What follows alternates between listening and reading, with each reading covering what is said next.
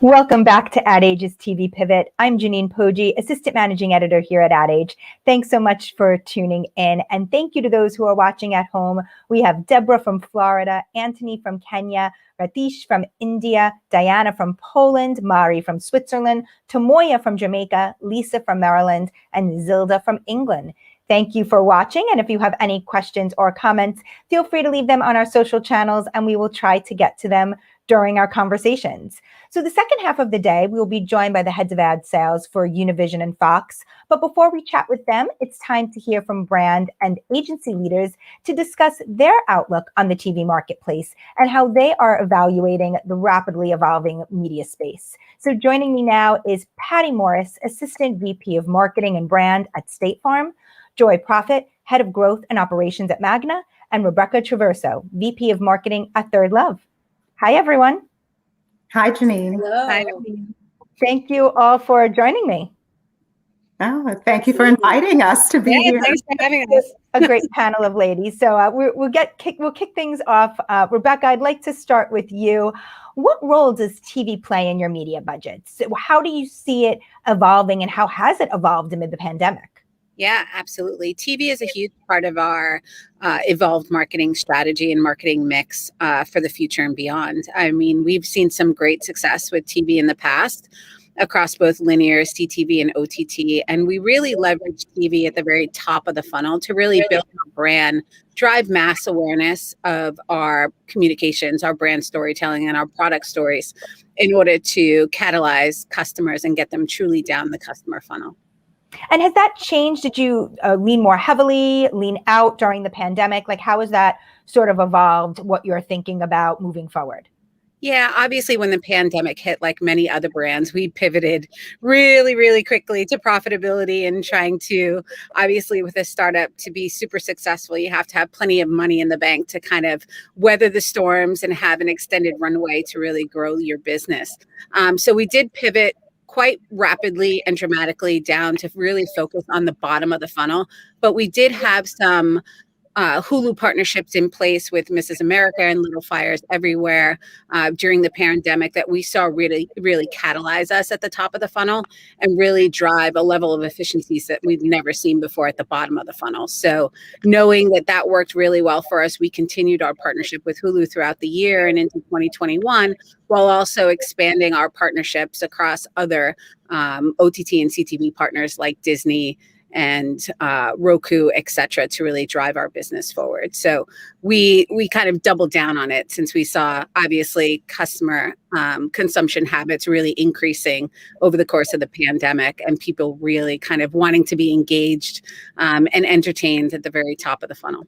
So for Third Love, how has TV, or will it be part of the consideration set in terms of connecting with consumers and where you see it living in your, media budgets moving forward?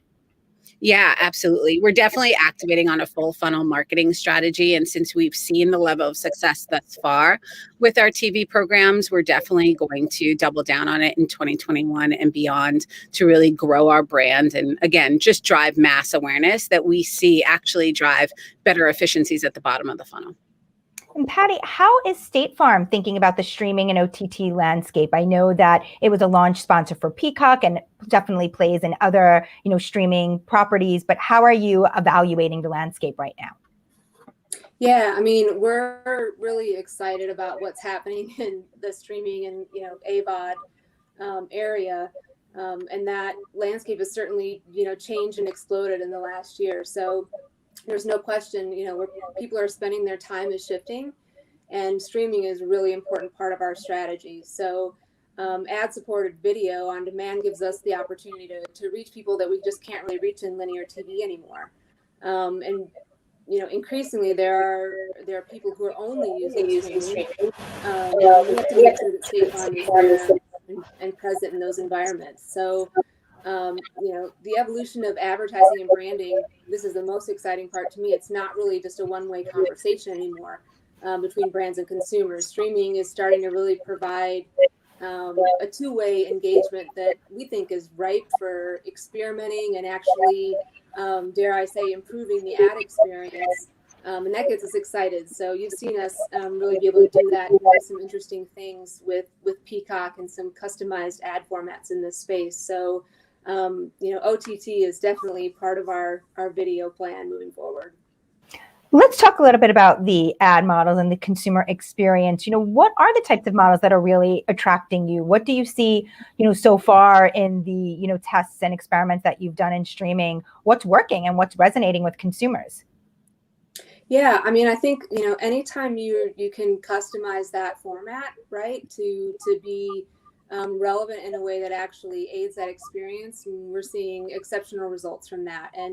And those results come in the form of brand lift and consideration and all the things you want from your upper funnel and your TV video work. And you'll just see us continue to do that and really push in that space, again, because we believe that's the future of how people are going to want to engage with advertising and can engage in a more meaningful way. Do you think there's opportunities to drive, Rebecca, from your standpoint, like direct e-commerce from like the various shoppable activities that we're seeing and things like that? Like, do you see TV as a medium where you can actually help drive, e-commerce? Absolutely. Absolutely. When we did our actual integrated partnerships with Mrs. America and Little Fires Everywhere with Hulu, we actually had dedicated landing pages that we drove to on the site that actually incentivized new customers to make their first purchase with a 20% off discount. So we were actually able to measure the success of those programs with a very unique promo code in order to obviously track new customer redemptions. So we actually find it very successful, I have to say, in driving to e-commerce. So an important part of this year's upfront negotiations is going to be how marketers are looking to make sure they are working with media companies and finding programs and partners that really reach diverse audiences and speak with them and to them in a really authentic way. Joy, can you talk about Magna's efforts to that end? Yes, absolutely. And again, Janine, thank you for having both me and Magna here with you today. It's a pleasure to share this space with you, Rebecca and Patty. Magna's data scientists and our audience intelligence teams are at the forefront, really, of understanding audiences, and in particular, high-value audiences, when coupled with the work that we also do to assess the value and the investment dollars that are going to media companies. We did unearth a gap in the value of the Black consumer and really in some cases, the underrepresented consumers, and the spending industry-wide that is going to support, in this case, Black media. We are, as a result of the gaps that we're seeing, of course, launching an equity and equality strategic investment initiative. We know that this audience, we're starting with the Black audience, and we're going to scale this to also include other audiences such as Asian American, Pacific Islander, also the Hispanic audience. But we know buying power for these audiences is tremendous for the Black consumer in particular, $1.4 trillion of buying power, which is greater than the GDP of Australia. So at Magna, it's always been very important for us to lead the charge of creating industry-wide solutions to redress what we see as systemic barriers and underrepresentation. And that really was the birth of this equity and equality strategic investment initiative. Equality, realizing the gap, and then secondly, equity and putting real action behind solving the gap that we're seeing. And so that really will launch with a full multi-pronged process, some of which we may talk about later on in this session, but it really starts with understanding the issues, sizing the opportunity, and really taking real actions to solve it. Yeah, and one of the things that you guys did very, early on in this part was host an equity upfront to highlight minority-owned and targeted media companies. Joy, what came out of, that event? What did you unearth, and what did you sort of see in these conversations that were happening? Yes, part of the multi-pronged process was, of course, in addition to surveying the current market landscape of Black-owned media partners by channel and capabilities, we had to develop the right tools to communicate the real innovation and the dynamic content offerings that we're seeing in this market. Thank you, Joy. Sorry, and in addition to hosting the equity upfront, can you, in addition to hosting? I hear you now, you're back. Oh, great. Okay. In addition to hosting the Equity Upfront, we are also doing these monthly equity sessions, all designed to bring the innovation and the dynamic content that these partners have to offer, and then also creating mutual education opportunities so that we're ensuring the long-term success, not only of this program and this initiative, but of those partners into the future. We realize this is only the first step and one of many steps really to really redress this gap that we're seeing in the marketplace. But coming out of it, we actually look forward to this becoming an industry standard with how we're all responding. And we're actually seeing clients lean into this. And likewise, we're also seeing Black media owners who are keen to collaborate with brands, keen to innovate with brands, and keen to deliver solutions and how they're super serving brands. Yeah, Patty and Rebecca, are either of you making any specific commitments to invest in minority-owned media companies this year, or how are you thinking about, approaching companies that are, minority or diversity owned? Yeah, I'll jump in first really quick.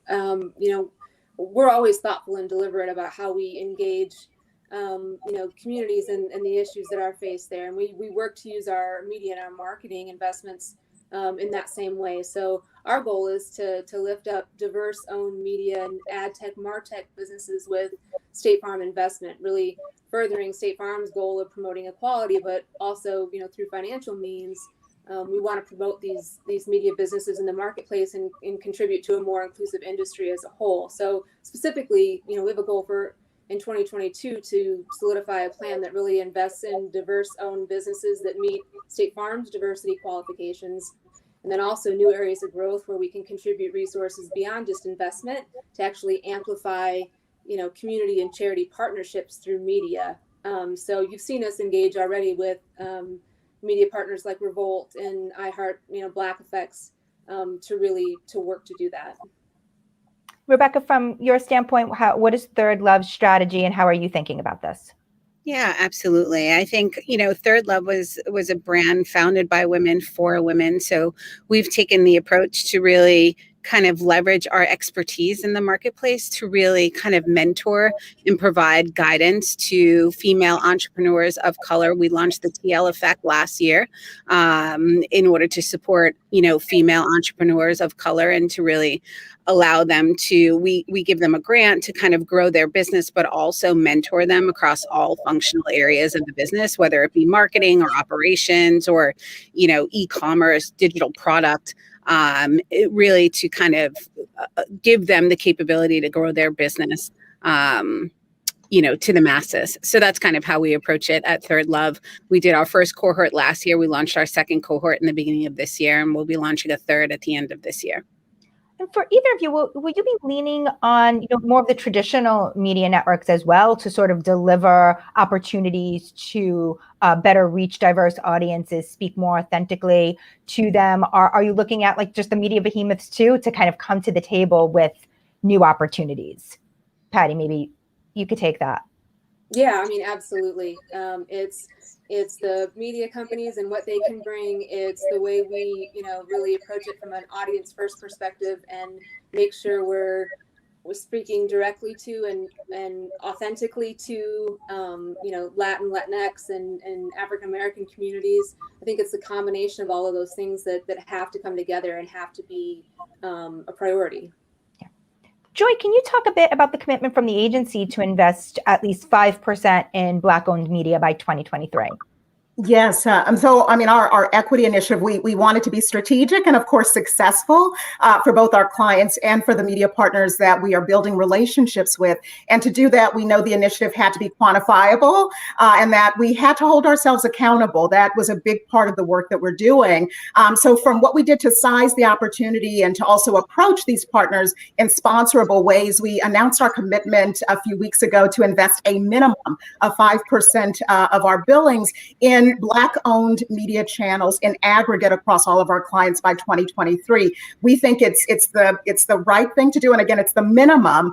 Of course, again, this is just the first of many steps. But we do believe, at least I sincerely believe, that for us, this is the most consequential work that we'll do in our careers, and we're excited to not only share it with our clients, but to also share it with this entire industry. Where there's no pride here of ownership or authorship. I think it's something that we're hoping everyone everyone adapts. And the other thing that we're also seeing, just to point out some of the research to the prior question you asked, Janine, representation in ownership matters, but it also matters in front of the screen and behind the screens, the entire supply chain of employers, of vendors, of partners. It matters. So I think what we're going to start to see is more media partners across general market also begin to adapt more representation within what they're doing in content and also behind the screen.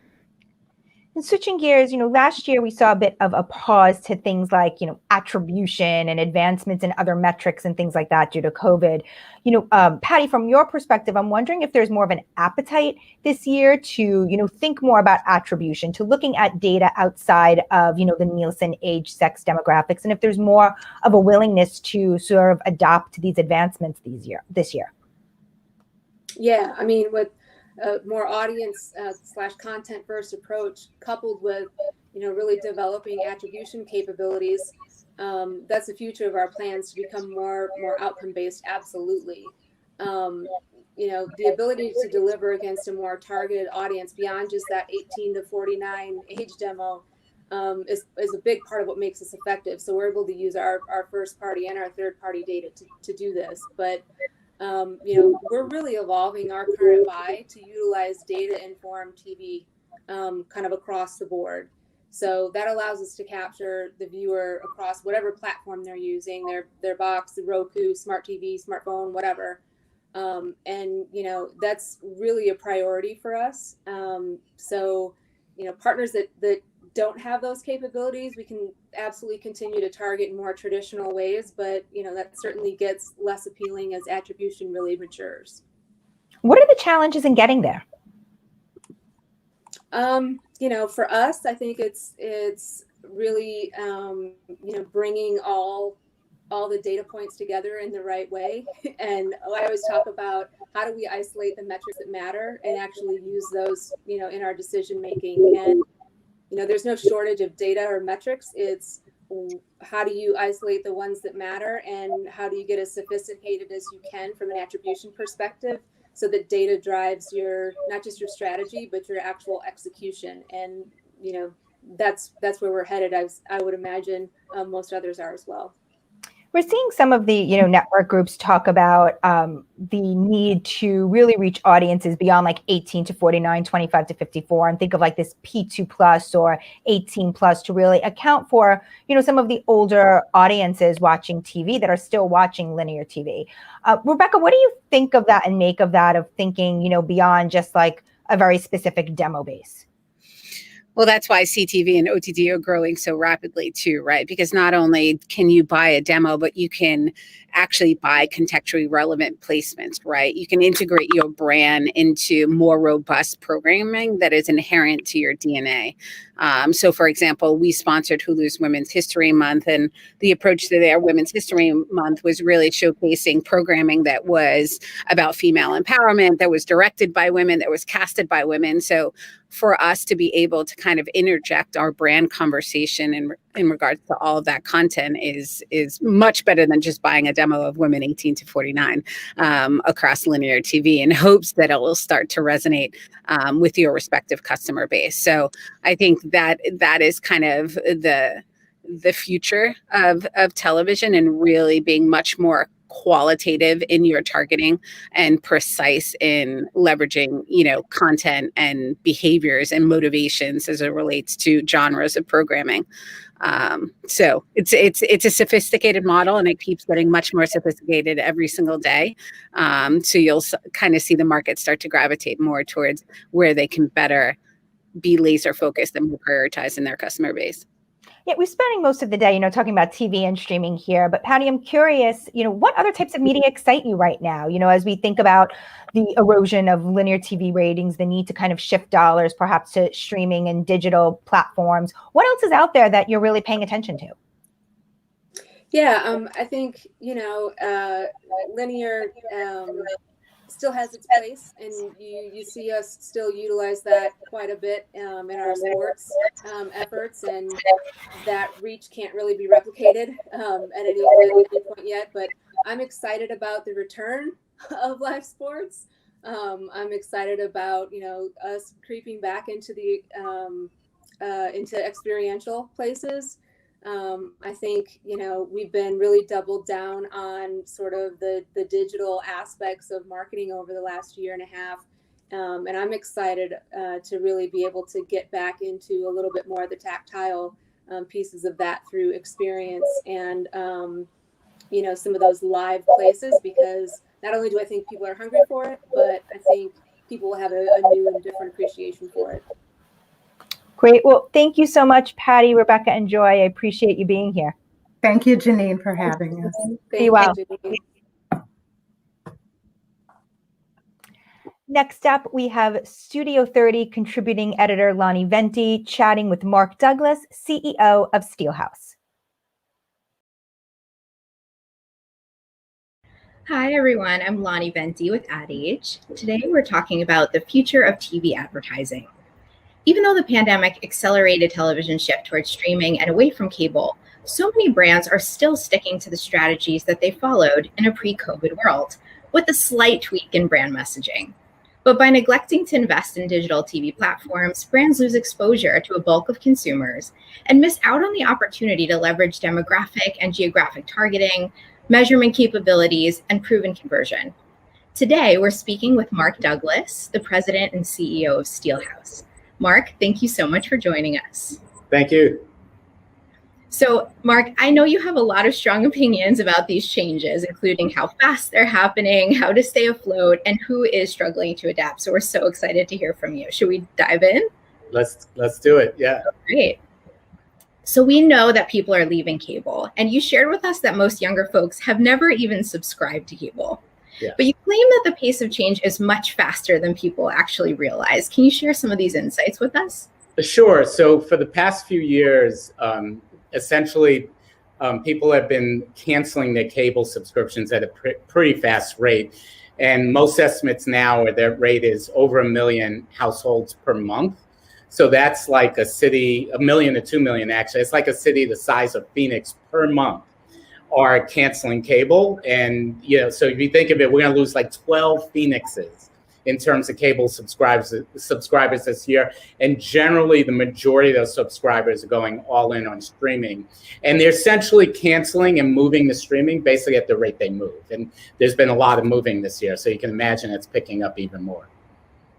Right. So there's a lot moving. Can you speak a little bit more about the relevance of moving to the number of folks dropping out of cable?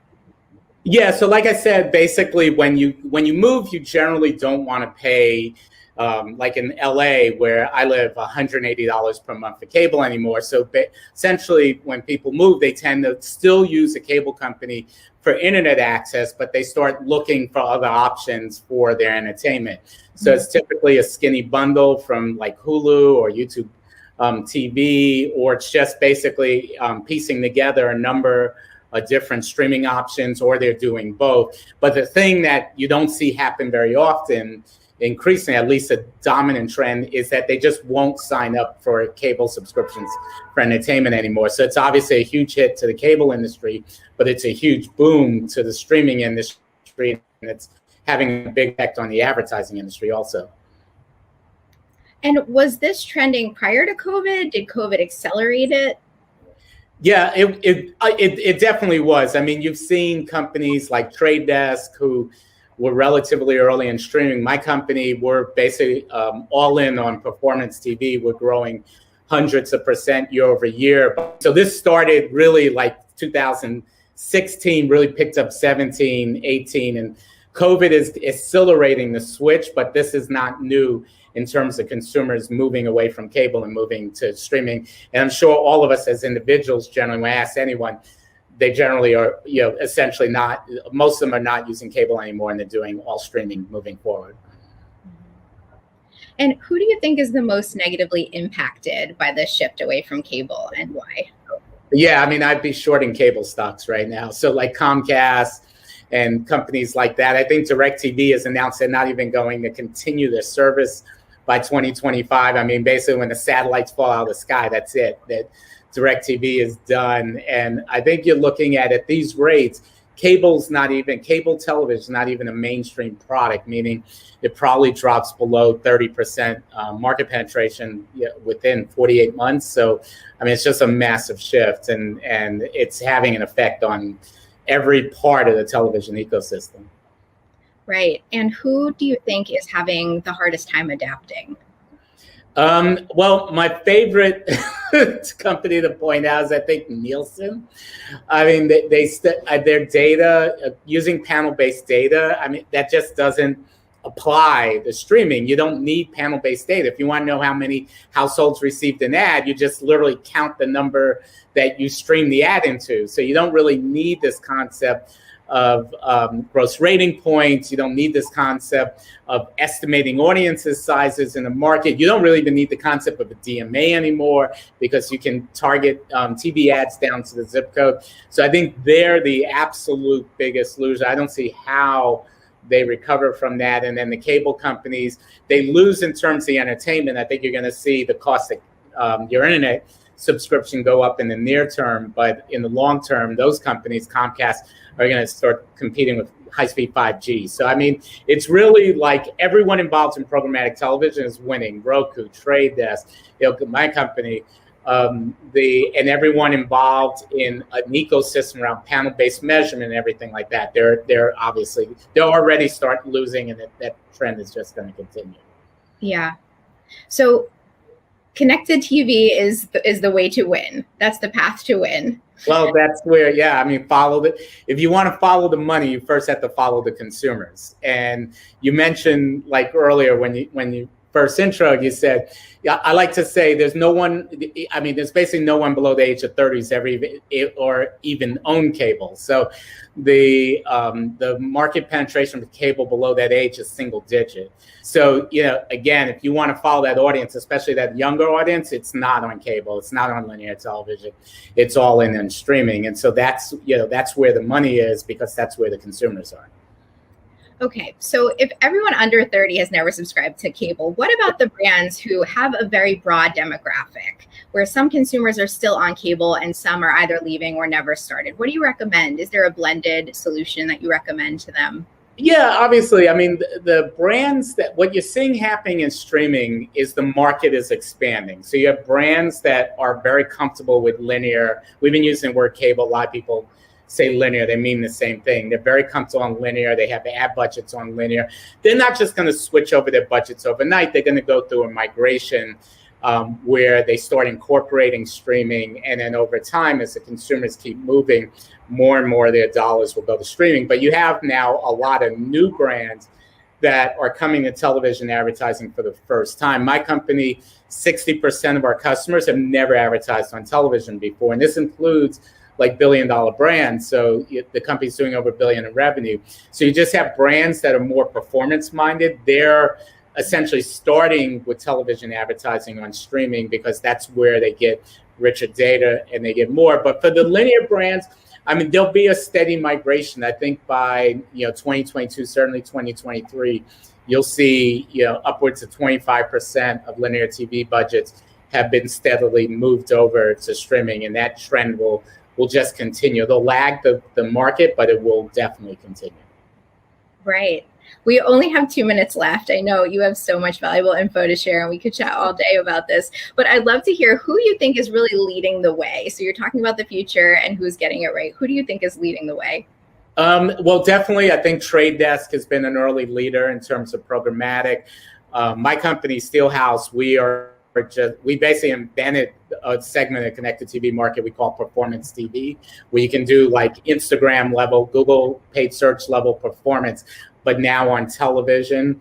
Obviously, Roku and Hulu, especially Hulu, is almost a lot of companies' first stop on the road for streaming. So, I mean, those companies are, my company, Trade Desk, Hulu, Roku, I think they're kind of the clear market leaders in terms of, kind of bringing advertisers over the streaming.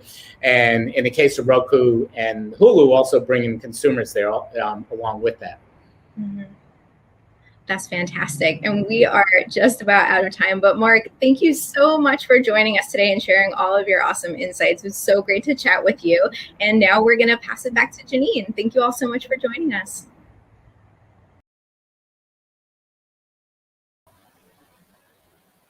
Thanks, Lonnie. And thanks to those of you who are tuning in. We have Tina from South Carolina, Shams from Bangladesh.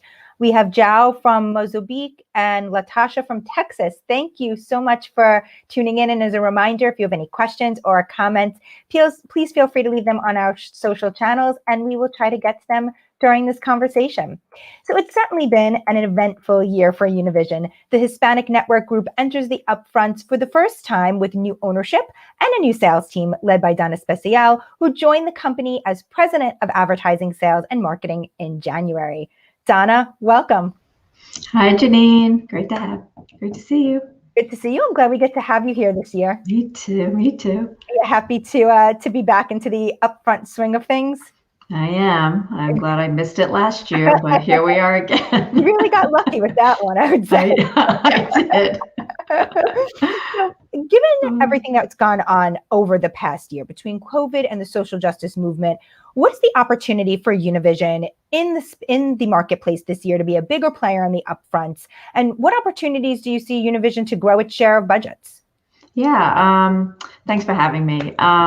Listen, Univision has always been part of the upfronts, right? That is not new. But what's really exciting, and I like that you used the word bigger, given the conversations that are going on with all the social injustice, right? We're at this pivotal point right now with marketers that they're realizing now, in order for them to really grow their business, short term and long term, is that Hispanic, multicultural needs to be at the center of everything that they're doing.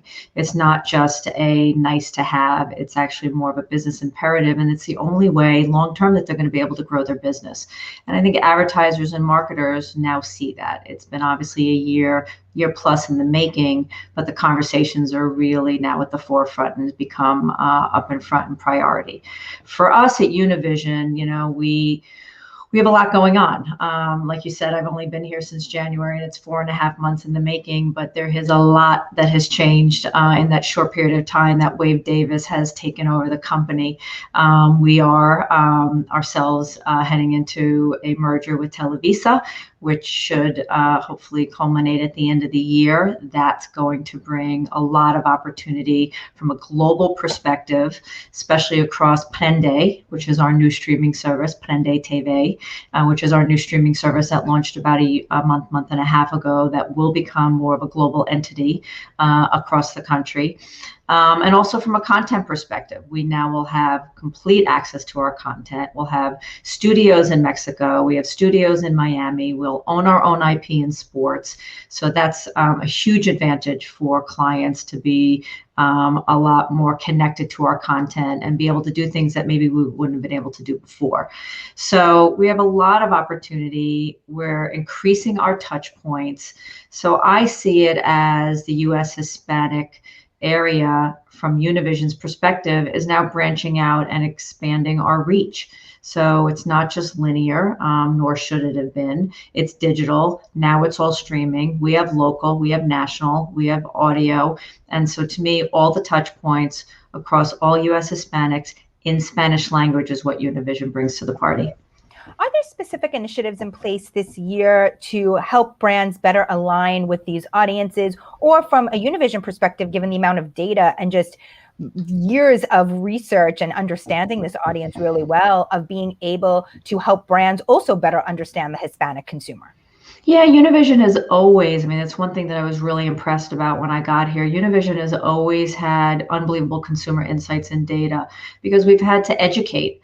We've had to be, go to marketers and educate about the U.S. Hispanic marketplace. So that we have and always will, and we're growing it in leaps and bounds. The one thing that I would say, the areas that I needed to come in and really, supercharge it a little bit, was in the audience targeting area, which I am focusing on, and then also in the branded content and the content space. So between both of these coming together, one thing that we have done always for brands to be able to connect in culture, in language, is that we have creative resources, because there are a lot of clients that have said that it's really hard to get to come to Univision because of Spanish language, because they don't have Spanish creative. But we have creative services that help them with their creative if they don't have creative resources, to them. We are not a creative shop, nor do we want to be their own creative shop, but we have the resources to help translate or help utilize our consumer insights to help really hone in on what the right messaging is, to really hone into them in culture. So between what we're doing with our creative services, I announced in the upfront that we're creating a branded studio, our own content studio, that'll really help align the content to the client's messaging and really increase our brand storytelling for them. Aligning with our audience, new audience capabilities to really utilize audience segmentation across all our touch points. There's really no reason not to be really getting into in culture and in language with Univision this year. Yeah, let's talk a little bit more about the data audience targeting, which of course, during your time at Turner, you were leaning into heavily. I'm wondering how Univision is leaning into data and automation and how it will take shape during this year's upfront negotiations. Like, what will be in place? I know it's early, it's only 4 months, but what are some of the things that might change this year? Yeah, I mean, the first and foremost that we needed to do is we started focusing on our data strategy. It definitely wasn't where it needed to be. And the one area that we're jumping into is we're going to be creating the first Hispanic audience data graph. It doesn't exist right now in the marketplace, and it's needed. There's a lot of third-party research that is out there and data that's out there that a lot of marketers are using, but I'll be honest, it's underrepresented. It's not really representing our true audience, or the U.S., not just our audience, all of U.S. Hispanic in the correct way. So we're going to be diving into that. Once we get that layered in, which that should be basically up in front by, I would say, by end of third quarter, fourth quarter, then that will help really trigger all of our audience segmentation and all of our audience targeting that we'll be able to do in linear, but also across all our platforms. We're a little behind. What I did at Warner Media, I was focused on that almost 6 to 7 years ago. So we're kind of jump starting it, going into linear, but also trying to do it on cross-platform. So we're going to be able to do it across Prende streaming, across all our digital platforms nationally, and then eventually I want to do it across all of our platforms, whether it's local, all national, and hopefully at the end of 22 we'll be able to do that. Let's talk a little bit more about Prende. How are you bringing it to the marketplace this year? What are you thinking about in terms of the opportunities for brands to be a part of the streaming platform? Yeah, Prende is launched big. We are already over 1 million active users, which is definitely above our goal that we had the first month. We have 50 channels. We came out with 45. We've already added 5 channels to date, and over 30,000 hours of content. So we're really pushing this as a top priority, not because we put it on, but because that's where the consumer behavior is going. And I look at it as a 1 + 1 = 3. We did not add Prende and bring streaming to our company because of us losing ratings in linear business like it is in English language. That is not happening in the U.S. Hispanic market, especially not happening to Univision. I'm not saying over time that the behaviors aren't going to change and it's not going to affect our business, but it's not today. So we're being proactive and we're getting ahead of it because that's how consumers watch, content on all different platforms. So Prende is going to bring that to the party, and clients are going to be able to come to Univision, increase their reach. It's definitely going to be a lot more millennials, bilinguals, younger audiences that we can add to Univision, Unimas, Television, 2DN. So you bring those two things together with linear and streaming and all our digital, and the reach is going to be massive for them to reach this year. What does the ad model look like on the platform?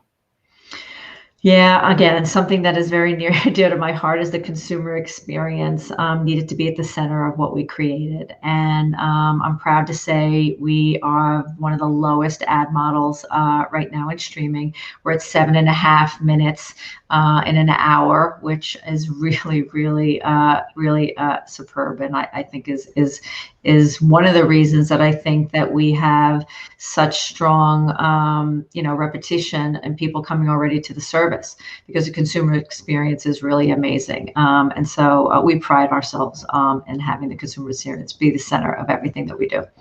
How are you thinking about other types of like ad formats, whether it's on linear or digital? Yeah, we're going to be testing. We're going to be doing a lot of testing again, because I want to be able to get distribution a little bit larger. Our goal at the end of the year is to be about 5 million active users.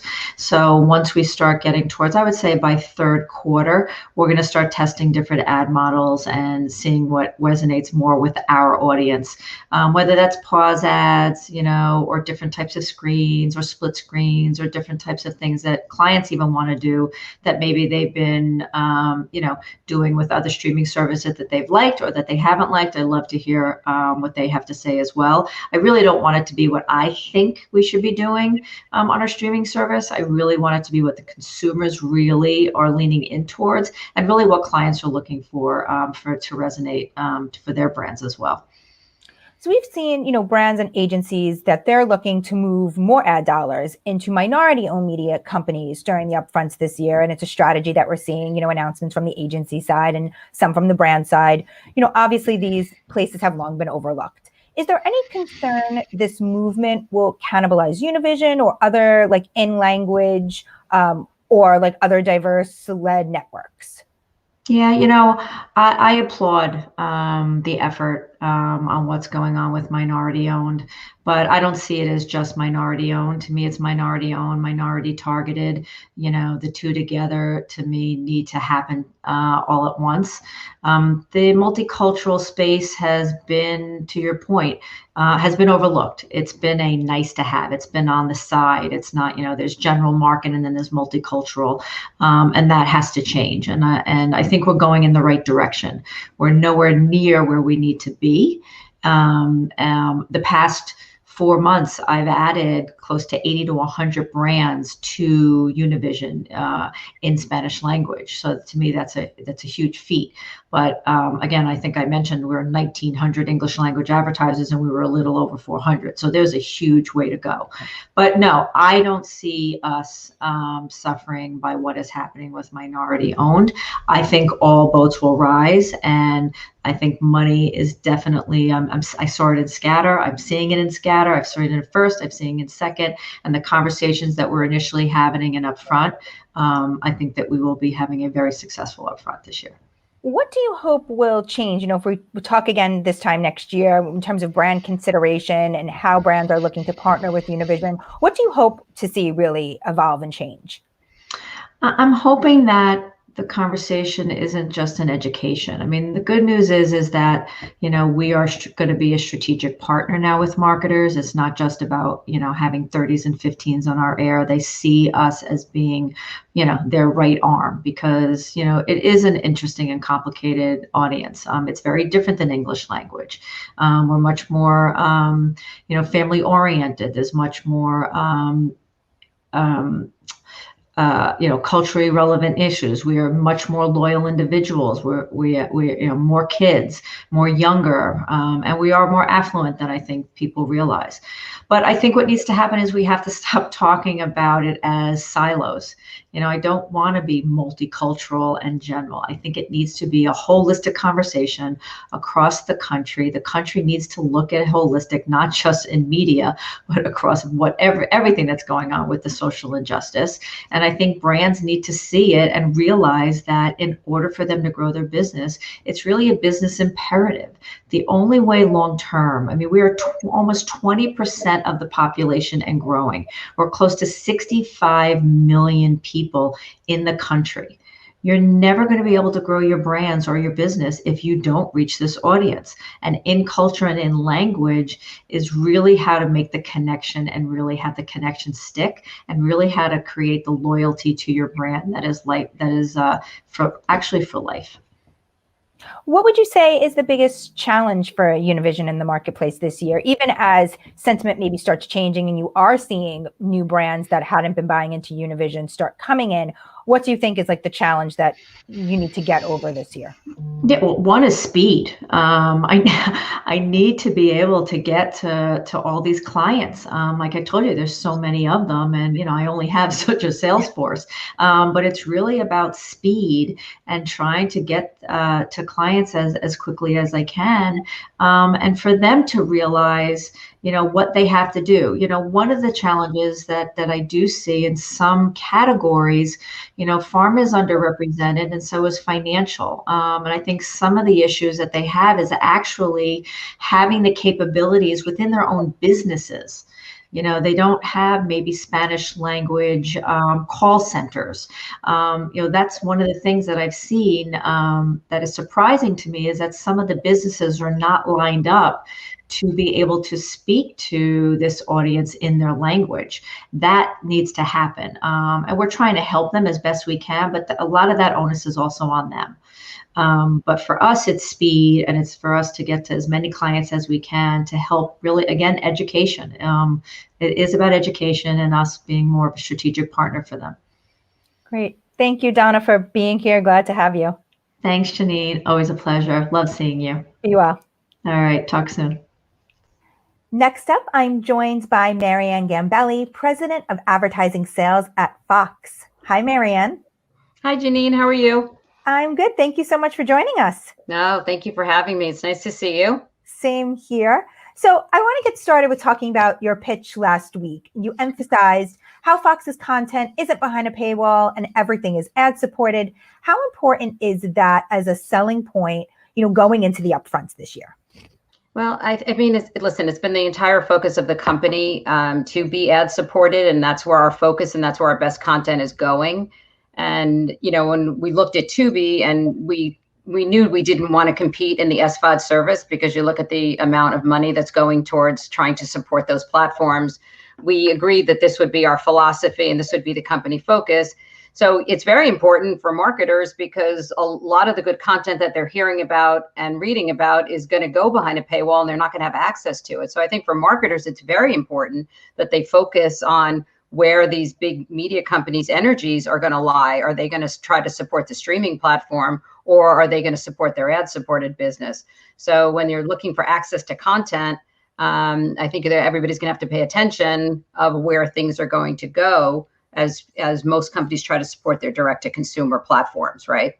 So, I mean, Tubi was certainly a big and important part of the presentation. Yeah. What are some of the new opportunities for brands, in the platform, and how are you thinking about this strategy, pretty much having advertisers have access to all of your content? How will that apply, during these conversations? So, again, the Tubi is perfectly additive to what Fox does, right? It reaches a younger, more diverse audience. It extends our reach. Most of the time, it's reaching people that don't watch, or cord cutters, cord nevers that don't watch broadcast or linear television. And then I think the expansion is to bring Fox programming to Tubi, which we're doing, to bring sports programming to Tubi, to bring news programming to Tubi, to expand its platform. But I think also through this past year, both viewers and marketers have gotten very comfortable with the platforms, all connected TV platforms, and found great results. So we see this big shift of audience, but we see the money following it. So again, it's a perfect complement for a holistic approach, as we give marketers the opportunity not only to get the scale and broadcast, or a scale of broadcast, right, but then the depth of Tubi, which takes you deeper and more direct. So we're looking at it holistically, and giving marketers that opportunity. How is the ad experience on Tubi evolving? Are you thinking of new ad products, formats, things like that, for moving forward? Yeah, it's in a constant state of evolution. And the great thing about Tubi is you get immediate data. So they test lots of different things. They test number of commercials in a pod versus the length of pods. They test different formats, different ways of doing things, and they get immediate reactions to things. But right now, the consumer is the priority, or the viewer, and the viewing experience is the priority, which I think helps marketers. It works for their products too, because if the viewing experience is good, it's across both the content and the ad breaks. But yes, it's constantly evolving. And I think you will engagement will be key in all respects. So it's been, and then I think we can take some learnings from there and work across Fox with, fast breaks and things like that we're trying to work across both platforms to see what works well. Have there been any learnings thus far? Like, have you seen any consumer behavior or trends that have driven, different types of experiences, whether it's on Tubi, whether it's on Fox, or how the two are sort of working together? Well, there's definitely the consumer research. Like a year ago, there was really no Fox Tubi connection. So the idea of what we've been trying to do is drive that we are one company, and that the content, we are investing in content, we are growing Tubi, but it's definitely going to be related to Fox. So we've seen a huge spike in terms of that awareness. And then just in terms of how we're selling our content across Fox and Tubi, again, giving clients a broader breadth of that younger, more diverse viewer that they wouldn't get if just in the linear broadcast environment. We're talking a lot, of course, this year about the shift to streaming, and with ratings being down, how where brands are looking to shift dollars. How much are you expecting to see shift from linear to streaming? I mean, we're already seeing a massive shift, but remember, we're also seeing broadcast kind of come back to normalcy, especially around sports, with sports schedules returning to normal cadence. We're hoping, all of us are announcing a fall schedule, a full annual schedule that really, remember, production was shut down last year. So we feel that there's this return to normal, which will bring audience back to broadcast. But regardless of that, there's still a massive shift to connected devices. And again, Tubi's there to capture it. The growth that we've seen, I think, will replicate the money that will follow, and the audience that has followed as well. But it's perfectly complementary, because again, it's sort of that audience that's really a broadcast never, so to speak. They get their content on demand. So as you sort of pointed out, Fox has been predominantly selling broadcast sports and news for like the last couple of years. As others are doing deals to deepen their portfolio, does this create a challenge in the marketplace, or what position do you think Fox has with selling broadcast sports and news versus, some of the other deeper portfolio of cable networks and things like that? Yeah, well, we think it's our strength, actually, that we are very focused as a company. So our content is very focused. We invest our best in front of a paywall, giving access to our advertisers and our viewers. And we also think there's a simplicity about how we approach the marketplace with specialists that understand their products and what they're selling. I think that the bigger has not been better. I think it's just sort of homogenized what they're selling versus us, that we can be very focused and just lean into the best. And that's and all ad supported. So we're not trying to support all these different, marketplaces or platforms. So I feel like it's actually made us stronger in terms of how we approach the market and how we approach our clients. I think we're more nimble. We can adjust. We can customize more for them. We can be more inventive. We can be, little risk takers because we are very focused. Has the marketplace become more complicated? Like, are you hearing that from, brands and agencies, that it's become harder to do deals? And are you trying, in this way to simplify things? So I think it's just more complex because there's so many options and so many marketplaces and so many ways to access inventory. And then how do you use your data? How do you use different platforms? So I think that's what's made it complicated. And how do you build reach frequency? How do you measure better? So I think that's the complication. I think what we do every day is, how do you infuse the best of all of this into what we do every day? So complicated, but better. But I think as a marketer, when you're building your media plan and you're dealing with reach and frequency and how do you access content, I think that job is very hard. And I think that's where we have to take some of the friction out of it with better measurement, better tech, And the industry's getting there. I mean, we're definitely moving in the right direction. Okay. So we're going to take a quick break and take a look at what's coming on day 2 of TV Pivot.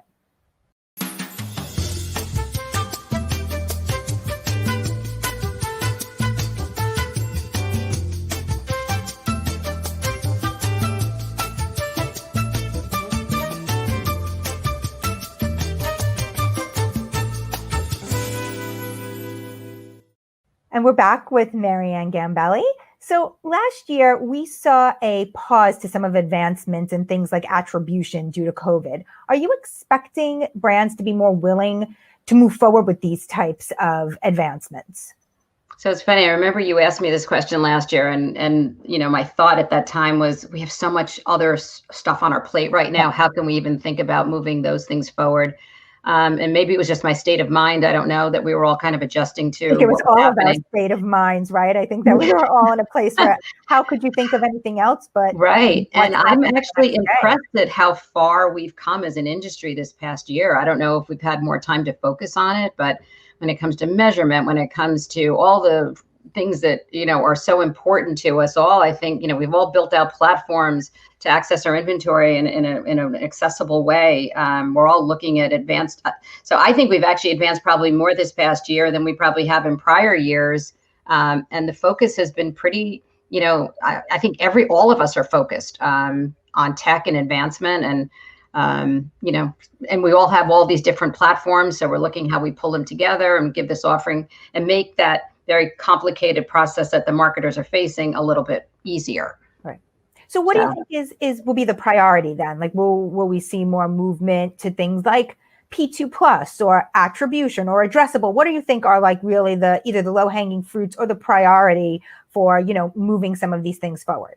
Well, I think it depends on like what inventory you're talking about, right? So for the broadcast, the broader the audience, People 2 plus, all of that makes more sense because you're buying broad, right? You're buying reach.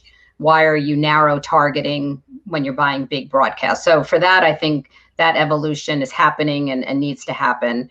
When it comes to advanced targeting, I think if the more scale we have and the more that we can pull our audience across all platforms, makes that more reliable and predictable. And I think we can advance there. I think addressable, the technology and the partnerships with different companies are getting us there, whether we do it through like a Vizio or, I think that's so different. There's different avenues that are going to start connecting and making all of these things more doable in the future.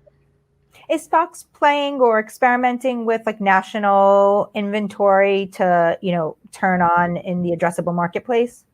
We are, but again, you're limited with the partners who are capable of doing it. But yes, we are, and we've done a couple of small deals. They've been very effective. So we're looking to expand that. But again, it's cobbling together the different partners to do it. Yeah, one of the things we also talked about at length last year was flexibility, and I'm wondering what flexibility means and looks like in 2021. So I think we learned a lot. And I think some of those terms will apply, but I think we'll probably go back to a little bit more normal of a cadence because we do have to manage our business. But I think, we accomplished so much, and I think it brought us closer with our advertisers because we all had to work together for a common goal. And I think every time we're challenged, we rise to the challenge, I think, and we do better as an industry. So I think there's some things that we've learned to work around and have actually gotten better because of, and some things I think we'll probably go back to a more normal cadence, just because the marketplace is going to have to go back to that, just to, again, to manage your business and your process. Do you think brands will be willing to kind of go back? When you see things like Roku talking about like this 2-day cancellation period and things like that, do you think that they expect this to be the norm now and that there will be less willingness to kind of revert back to perhaps some of the, old ways of doing that? Well, I mean, Roku's in a different business and most of their business is programmatic anyway. So I'm not really sure what they're offering by 2-day cancellations, to be honest with you. I mean, again, different business model. Right. I think we've gotten better at tightening the cancellation options and working with advertisers through that process. I mean, everything is sort of customized, and worked through with different partners because of their own business needs. So I think we've gotten to a part where one size doesn't fit all. And I think that works well. I don't know that we could just massively say, okay, we're going to do this or we're going to do that, because most clients don't need that much flexibility, that type of flexibility anyway. That probably would wreak havoc on their own marketing plans, right? But if they needed it, we would probably work with them, right? Right. So I want to switch gears a little bit. Diversity, equity, and inclusion has been an incredibly important part of brand strategy and media buying strategy this past year. What is your sales team bringing to the marketplace this year to help brands better reach audiences, more diverse audiences, and reach them more authentically in various either ad products or the way you're packaging content or anything like that? I'm actually really proud of, if you look at our fall schedule, it's probably the most diverse out there. And all of the new shows, if you look at them with Lee Daniels, you look at Big Leap, all centered front and center, behind the camera and in front of the camera, all diverse voices. And it's sort of always been Fox's, mantra. Like, we've always had with Empire, you think way back, that's always been the culture at Fox. So I think this year that's really come to full fruition. And I think our schedule looks fantastic. And we love the diversity on it. Are brands looking to partner in different ways as a result to, reach these audiences in different ways, or just find new ways into the content to, speak more authentically to these audiences? I think it's both. I think first of all, they're holding us accountable, and they're speaking with their dollars to make sure that there is movement, and we keep moving this effort forward and serve an underserved community. So I think they are paying a lot of attention to that.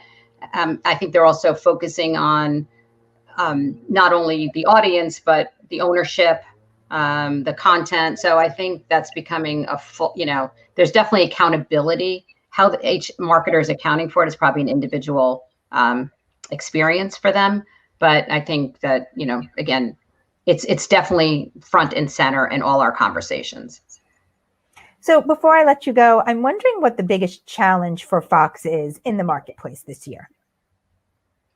I think, again, coming off of last year, we saw such a demand for our scale. And I think, putting it all back together again, I think sports is playing a bigger role. So kind of shifting our focus there a little bit, but then Tubi is it's actually our biggest opportunity. I think to, again, capture this new audience and capture this, the dollars that I think will flow that way. So I think it's, again, competing against these bigger companies, which again, I think is our advantage, not our disadvantage.